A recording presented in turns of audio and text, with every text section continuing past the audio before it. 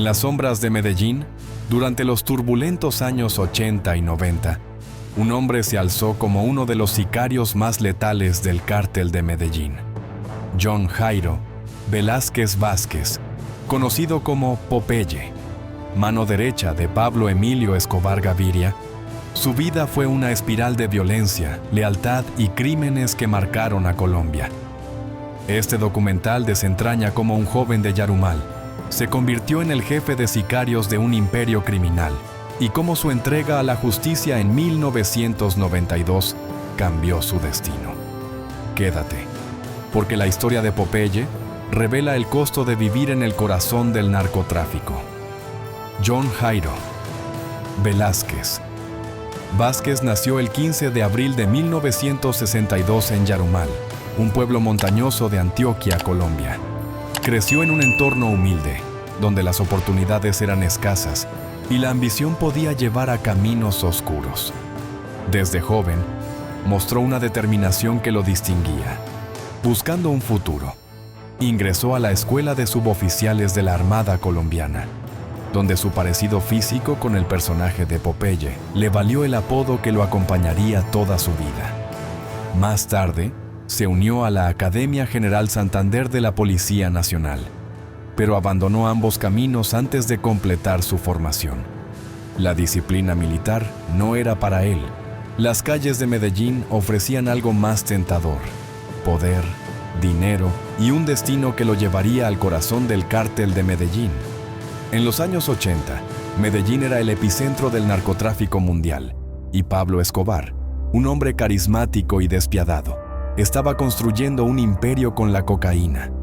Velázquez, aún joven, encontró su entrada al cartel a través de una relación con Wendy Chavarriaga Gil, una amante de Escobar. Este vínculo lo acercó al capo, un encuentro que marcó su vida. En una mansión rodeada de lujos, autos blindados y seguridad, Velázquez vio a Escobar por primera vez.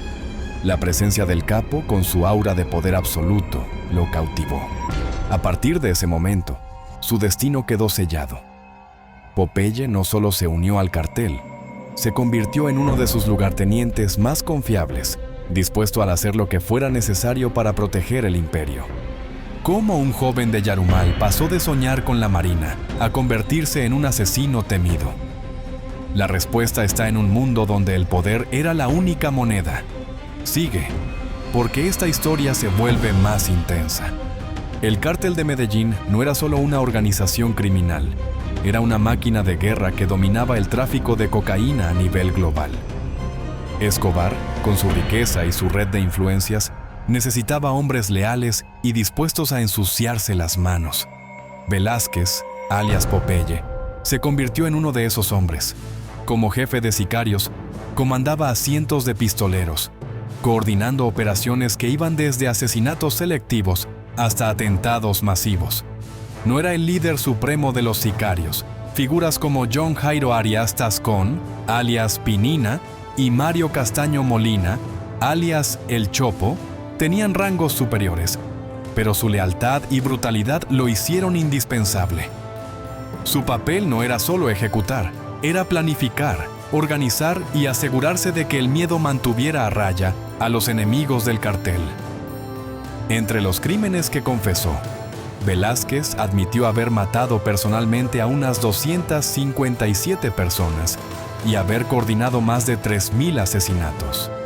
Su historial incluye el secuestro de Andrés Pastrana Arango, entonces candidato a la alcaldía de Bogotá y futuro presidente de Colombia, y de Francisco Santos, quien más tarde sería vicepresidente.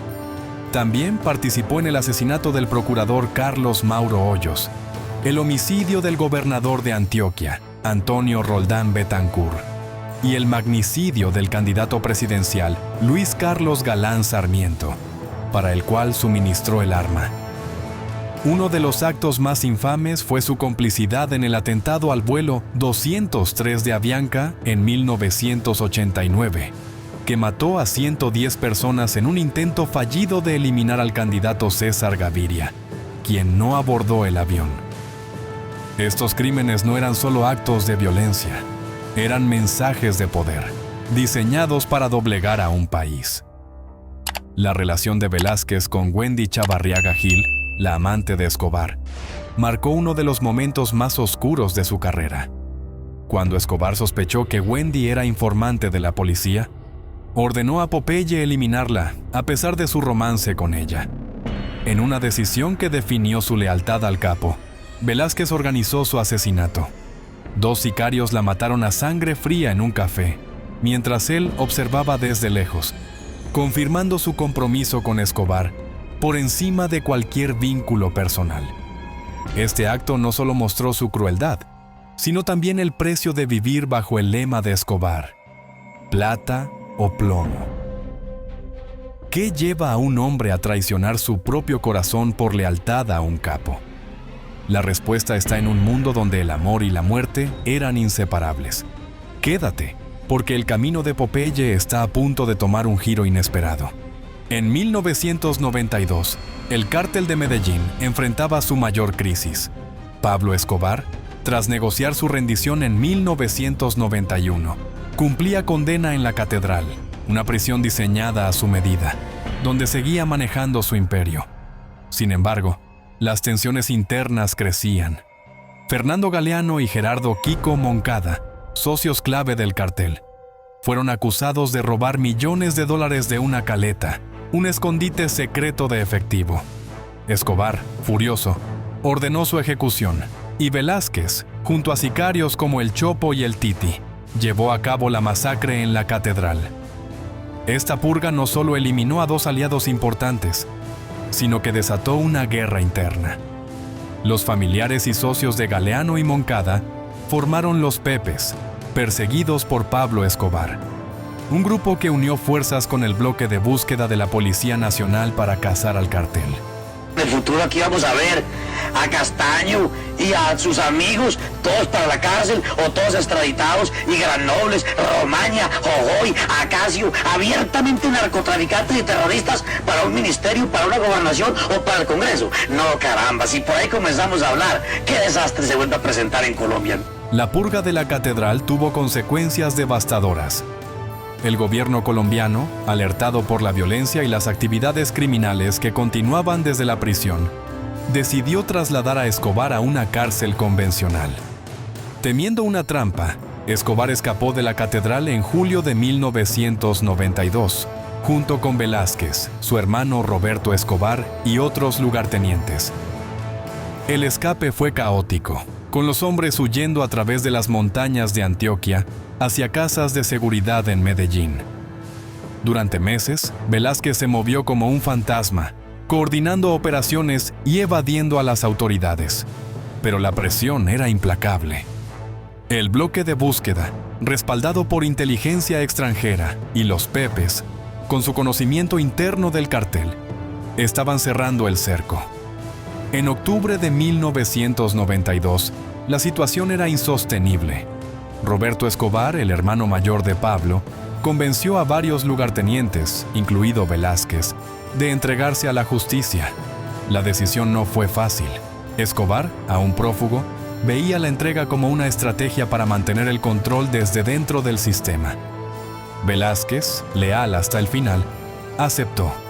En un operativo coordinado, se entregó a las autoridades colombianas, junto con Roberto y otros sicarios. No hubo negociación especial. Fue un acto de rendición para evitar un destino peor. Velázquez enfrentó cargos por terrorismo, narcotráfico, concierto para delinquir y homicidio. Su entrega marcó el fin de su carrera como sicario, pero no de su historia. Una prisión de lujo, una fuga desesperada, una entrega que cambió todo. ¿Fue la rendición de Popeye un acto de estrategia o de derrota?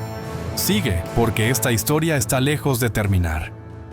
Tras su entrega, Velázquez fue condenado a 23 años y 3 meses de prisión. Pasó gran parte de su sentencia en cárceles de alta seguridad, incluyendo La Modelo y Cómbita, Boyacá. Durante su tiempo tras las rejas, enfrentó nuevos desafíos. En 2000 y 2001, participó en enfrentamientos armados dentro de La Modelo, donde las rivalidades entre presos reflejaban las guerras del exterior. Su vida en prisión no fue un retiro. fue una continuación de la violencia que había definido su existencia. Sin embargo, también comenzó a reflexionar sobre su pasado. Y cuando menos pensé, el destino ya me tenía en las calles armado y disparando en Medellín. ¿Cuál fue tu primer delito? Mi primer delito, yo nunca he participado en delitos menores de hurtos pequeños. Mi primer delito fue un asesinato. ¿A quién y cómo? No, eso fue recién ingresado al cartel de Medellín. Resultó un contrato para matar a un señor que había tumbado a la mamá de un narcotraficante de un bus cuando él era pobre. Y no la recogió ni nada y la señora murió ahí. Y lo asesinamos. Y ese fue como mi bautizo en la mafia. En 2005, coescribió el libro Sobreviviendo a Pablo Escobar con la periodista Astrid Legarda, donde relató sus años en el cartel y su tiempo en prisión. El libro, aunque criticado por posibles exageraciones, ofreció una ventana al mundo del narcotráfico desde la perspectiva de un insider. El 26 de agosto de 2014, tras cumplir 3/5 partes de su condena, Velázquez salió en libertad condicional. Su regreso al mundo libre fue controversial. Se reinventó como figura pública, creando un canal de YouTube, Popeye Arrepentido, que llegó a tener más de 1.500.000 suscriptores. En sus videos, relataba su vida criminal, ofrecía opiniones políticas y buscaba redimirse ante un país que lo veía con recelo. Sin embargo, su pasado lo alcanzó. En mayo de 2018, fue arrestado nuevamente por cargos de extorsión y concierto para delinquir, acusado de chantajear a antiguos socios de Escobar.